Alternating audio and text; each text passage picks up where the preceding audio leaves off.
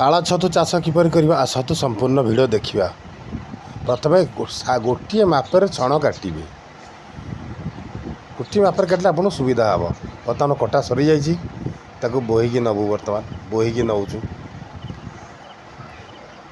ତାକୁ ଗୋଟେ କୁଣ୍ଡ ଫୁଣ୍ଡରେ ଥିଲେ, ସିମେଣ୍ଟ କୁଣ୍ଡ କି ବଡ଼ କୁଣ୍ଡ ଫୁଣ୍ଡ ଜାଗା ଥିଲେ ଆପଣ ବତୁରେଇ ପାରିବେ। 6ରୁ 8 ଘଣ୍ଟା ବତୁରା ହେବ। ମୋତେ ଯେହେତୁ ପଲିଥିନ୍ ଘର ଭଳିଆ କରିଦେଇଛି, ତା ଭିତରେ ଭାସିଯିବ ବୋଲି ଗୋଟେ କାଠ ମୁଣ୍ଡି ପକାଇଦେଲି। ତାପରେ ମଟର ଲଗାଇ ତା ଭିତରେ ପାଣି ଦେଇ ଦେଉଛି।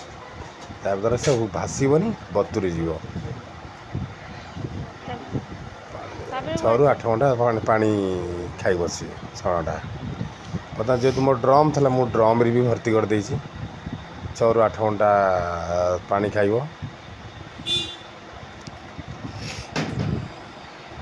ତାପରେ ଆମର 6ରୁ 8 ଘଣ୍ଟା ହେଇଯାଇଛି। ତାକୁ ବର୍ତ୍ତମାନ ନିଗାଡ଼ିବା। ଠିଆରେ ରଖି ନିଗାଡ଼ିଲେ ପାଣିଟା ଶୀଘ୍ର ଗଳିଯିବ, ନହେଲେ ଛତୁ ମଞ୍ଜି ଧୋଇଯିବ। ଠିଆରେ ନିଗାଡ଼ିକି ରଖିବେ ତାକୁ। ବର୍ତ୍ତମାନ ଆମର ନିଗିଡ଼ା ସମାପ୍ତ ହୋଇଯାଇଛି। ନିଗିଡ଼ା ଘଣ୍ଟେ ଛାଡ଼ିଦେବେ, ନିଗାଡ଼ି ଦେବେ। ଏମିତି ନିଗାଡ଼ି ରଖିବେ, ପାଣିରେ ନିଗିଡ଼ିଯିବ ସମ୍ପୂର୍ଣ୍ଣ।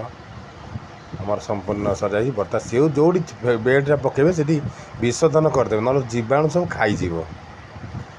ଛତୁ ଯେତିକି ହେବା କଥା ଅମଳ 0.5% ହେଇଯିବ। ବର୍ତ୍ତମାନ ଆମର ବିଶୋଧନ କରାଗଲା। ବର୍ତ୍ତମାନ ଘଣ୍ଟାଏ ସମୟ ହେଇଯାଇଛି। ଛଣ ବର୍ତ୍ତମାନ ତାକୁ ବୋହିକିରି ସେଠି ବେଡ଼୍ ପକାଇବା ପାଇଁ, 6ଟି ମାନେ ବେଡ଼୍ ପଡ଼ିବା ପାଇଁ ସେଟା ସବୁ ବୁହା ହେଇକି କରିଦେଇବେ ଆଉ।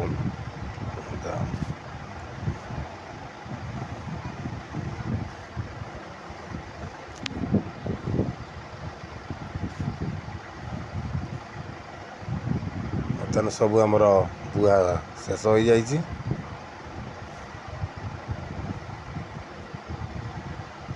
ବୁହା ବର୍ତ୍ତମାନ ସମାପ୍ତ ହୋଇଯାଇଛି। ତାପରେ ମଞ୍ଜି ଆପଣ ଦେଖିବେ, ମଞ୍ଜିଟା ପରଫେକ୍ଟ ହେବା ଦରକାର। ଟୋଟାଲ୍ ଫିମ୍ପି ମାରିଯାଇଥିବା ଦରକାର, ପୁରା ଧଳା ଧଳା ଫିମ୍ପି ମାରିଯାଇଥାଏ। ତାକୁ ପୁଣି ଭାଙ୍ଗିବେ, ନିଜ ସୁରକ୍ଷାର ସହିତ ତାକୁ ଭାଙ୍ଗିବାକୁ ପଡ଼ିବ। ବସ୍ତା ଭିତରେ ବାଡ଼ିବେ, ନହେଲେ ଛିଟକିବ। କାଚ ଫାଚ ଯଦି ଛିଟକା ଛିଟକି ପଡ଼ିବ, ବସ୍ତା ଭିତରେ ତ ଭାଙ୍ଗିବେ। କାଚର ତା ଭିତରେ ଛାଡ଼ିଦେବେ। ତା ଭିତରେ ତୁଳା ଠିପି ଥିବ, ଯେଉଁଟା ତୁଳା ଦେଇଥିବ ଠିପିରେ, ତାକୁ ଝାଡ଼ିଦେବ। ସେ ଛୋଟ ଛୋଟ କାଚ ଲାଗିଥିବ, ଯଦି ଆମ ହାତରେ ବି ଖଣ୍ଡିଆ ହେଇଯାଇପାରେ। ତେଣୁ ସେ ତୁଳାରେ ସେଇଟା ଝାଡ଼ିଦେବେ। ସେ କାଚକୁ ତାକୁ ଛୋଟ ଛୋଟ ଖଣ୍ଡ ଖଣ୍ଡ ଭାଙ୍ଗିକି ଛୋଟ ଛୋଟ ଖଣ୍ଡ କରିଦେବେ। ସେ ଛୋଟ ଛୋଟ ଯେମିତି ଆମର ଛୋଟ ଛୋଟ ଖଣ୍ଡ ପିସ୍ ଭଙ୍ଗା ସରିଯାଇଛି। ପାଖରେ ବେସନ ରହିଛି। ବେସନ ଦେଲେ ଅମଳଟା ଅଧିକ ମାତ୍ରାରେ ହେବ।